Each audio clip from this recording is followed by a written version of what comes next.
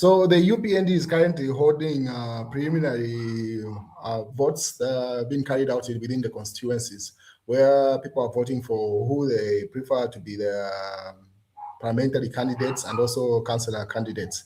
And most of those votes have been carried out through electronic platforms and also within the constituencies. And Chongwe Member of Parliament Sylvia Masebo has lost, according to the statistics that have been circulating online, to the Deputy Mayor of Chongwe. So it seems like within the party of the UPND in Chongwe, they've opted to vote for the Deputy Mayor there as opposed to Sylvia Masebo there, at least from the preliminary findings. So obviously, Emmanuel Mambo was quick to put the statistics up, and he says Chongwe rejects Masebo, picks Deputy Mayor, and obviously attaches the picture there of the two candidates, and he puts up this article. So the golden period for Minister of Lands, Sylvia Masebo, is finally over. Masebo has been a member of Parliament of Chongwe under the Multi-Party for National Development, Movement for Multi-Party Development, that's MMD, the PF Patriotic Front, and the United Party for National Development, UPND. So she's been member of Parliament in all those governments. Her strained career appears to have come to a crashing halt as Anita Kamanga, the Deputy Mayor of Chongwe and Ward Councillor, has thoroughly dismantled and walloped Masebo in the ongoing UPND adoption process for Member of Parliament.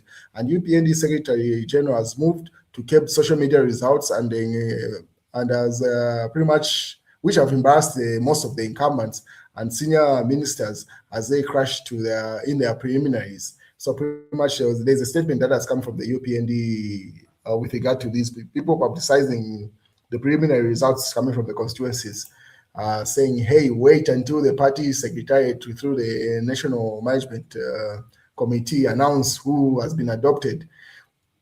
And from the look of things, those names are going to be published tomorrow, which is the day that officially, at least, the Zambian government, the National Assembly will be dissolved, and also the cabinet will be dissolved. So George Mutonga, this is a UPND supporter in the US, was quick to put up an article, says, let Anita get this. I think Masebo has saved the country enough, and we need to give a new generation a chance to save and build this country. She has been a member of Parliament in the MMD, Patriotic Front, and UPND. Pretty much reiterates the same point that was raised by Emmanuel Mwamba. And the time has come to pass this to the next generation of leaders. She tend, if need be, under the women's allocation, but let the actual representation of the constituency go to Anita. We need to give a path of new leaders. 50% of the current voters in Zambia are between the ages of 18 and 35. That's 4 million voters. So ECZ youth, let's give them new leadership. That's according to George Mutonga there. He makes the same point. So this is the feedback that came from the UPND. When people say circulating the results of how they are performing in the UPND preliminary elections that have been held within the constituencies,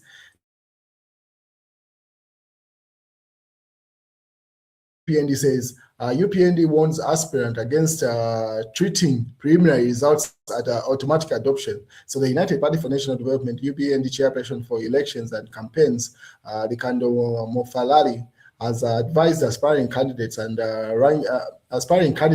members of the UPND that preliminary election results or candidate rankings do not automatically translate into adoption by the party.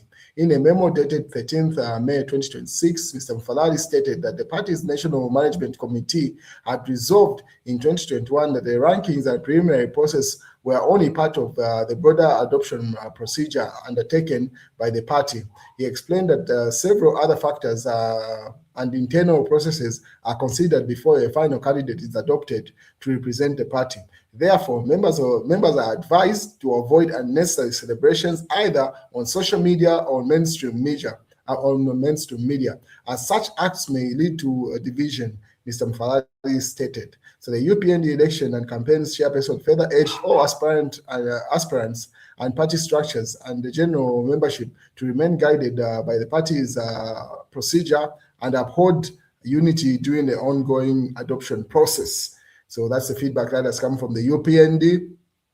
This is where people start saying on the ground, the results on the ground have communicated one thing, and then people decide to override that at the party secretariat and adopt candidates. This is the mistake that even the PF made in 2021.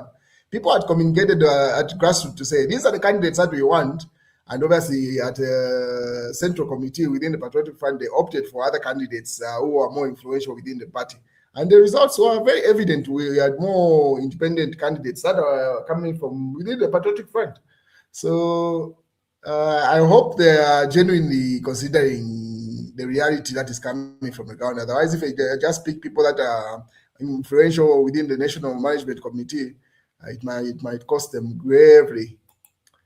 And so this is today was the last meeting of the cabinet of Zambia, at least until August 13th, when the new leadership will be sworn in. So this was the picture taken at State House earlier on today. That's President Hakainde and pretty much all the ministers that have served the past 5 years. Obviously, a number of reshuffles within these ministries, but more predominantly, these have been our ministers the past 5 years. And it was taken at State House and released by the president himself. And the president had this to say. So this afternoon, we held our final meeting of our first term ahead of the general elections on August 13th. He says, we thanked our ministers for their service to the people of Zambia. Together, we have done the hard work and stabilized our economy, restored our institutions, and planting the seed of a more prosperous nation. We recognize the progress made, but we know much more remains to be done. Together, let's deliver Zambia's harvest. Hakainde Hichilema, President of the Republic of Zambia, shares during his last cabinet meeting with his ministers there. So those are pictures that are coming from State House. You can see the Republican Vice President there, Mtaina Lumango, on the right of the president. The president there obviously chairing the meeting, and everybody else, all the ministers there doing their last cabinet meeting shared by the president there with that message to say, hey, we are done for term one. Let's go into election season. As an election year, we expect peaceful elections, free, fair, credible, and peaceful elections. President Hakainde Hichilema, State House. That's the date attached to that. So that's a communication part of the broadcast that were coming from State House. And then Emmanuel Mwamba was quick to respond. He says, farewell to the most incompetent cabinet. This is Emmanuel Mwamba's post. He says, President Hakainde Hichilema bid farewell to the most incompetent cabinet in Zambia's history. Members of the cabinet rarely talked, failed to defend government's policies, and their presence only regularly popped up on corruption details, procurement and irregularities and scandals with women. That's according to Mwamba's analysis there. Most incompetent cabinet there. Obviously, someone Gilbert Banda there comments on the same post from Emmanuel Mwamba. What is Makebi Zulu went to fight in the 1,000 supporters that are required for a presidential candidate earlier on today. And yeah, he had a huge crowd, and that was trending as part of that. So whether an egg falls on the rock or the rock falls on the egg, the result is the same. This is the Brana Punda. He's been communicating in court the past couple of days, insinuating to say, in as much as Makebi Zulu and Brian Mundubile come together, it seems like he knows something that we do not know.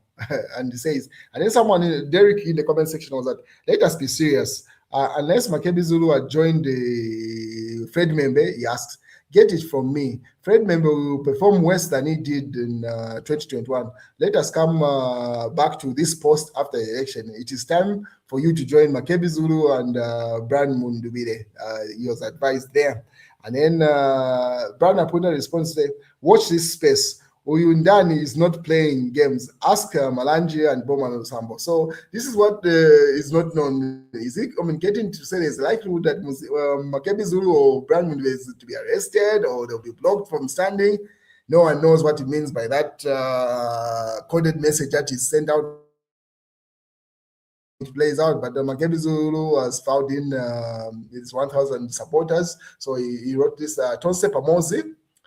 We successfully found in all the pre-nomination obligations in all the 10 provinces. 1,000 supporters countrywide are locked in. Grateful to every Zambian standing with us.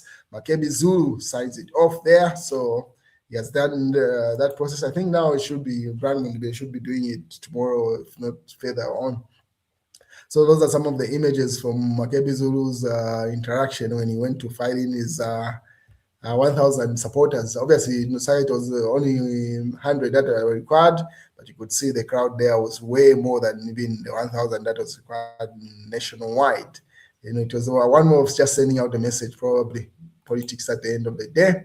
You could see more images coming from there. So Makebi Zulu brought Lusaka Civic Center to a standstill as he was led by multitudes from the Tonse Pamozi supporters who turned out in large numbers for the screening at Nakatindi Hall. So those are the images that are coming from Makebi Zulu's filing in of the 1,000 supporters. What is Sampa put up his payment? It seems like he has paid for his candidacy as a member of parliament there, but he has blocked out which constituency he's standing in. He just stated it's in Lusaka and says paid the 17,000. So 17,000 gone to ECZ just like that. It would have come in handy for going to share in material for the goodbye party after party. He says there he would rather have spent that 17,000 partying with the people of Matero, but anyway, it's fine. He's paid his nomination, but then again, he's signing nomination papers for others. I don't know what is going on. So you could see there he says he's either standing in Chawama, Lima, we can stand anywhere. Based on our inbox and phone calls, request go save. We are down to these two constituencies, Chawama and Lima of Lusaka Central, Lusaka City, and he puts up there. Then again, how can you stand in Chawama? Wasn't it a constituency where he recently just supported the new member of parliament? I don't know how that works. It could be a decoy. And Mashaka Kashambata was quick to respond, say, whichever constituency you choose, we are camping there to make sure you lose. You need to be retired from politics this August. So he says it doesn't matter which constituency you pick. We are going to camp there to ensure that Sampa loses. But Sampa, most people tend to underestimate Sampa. He's got that demeanor. People, he tends to be very underestimated, and he proves otherwise. He has proven otherwise over the years. So whoever is underestimating him might find themselves wanting there.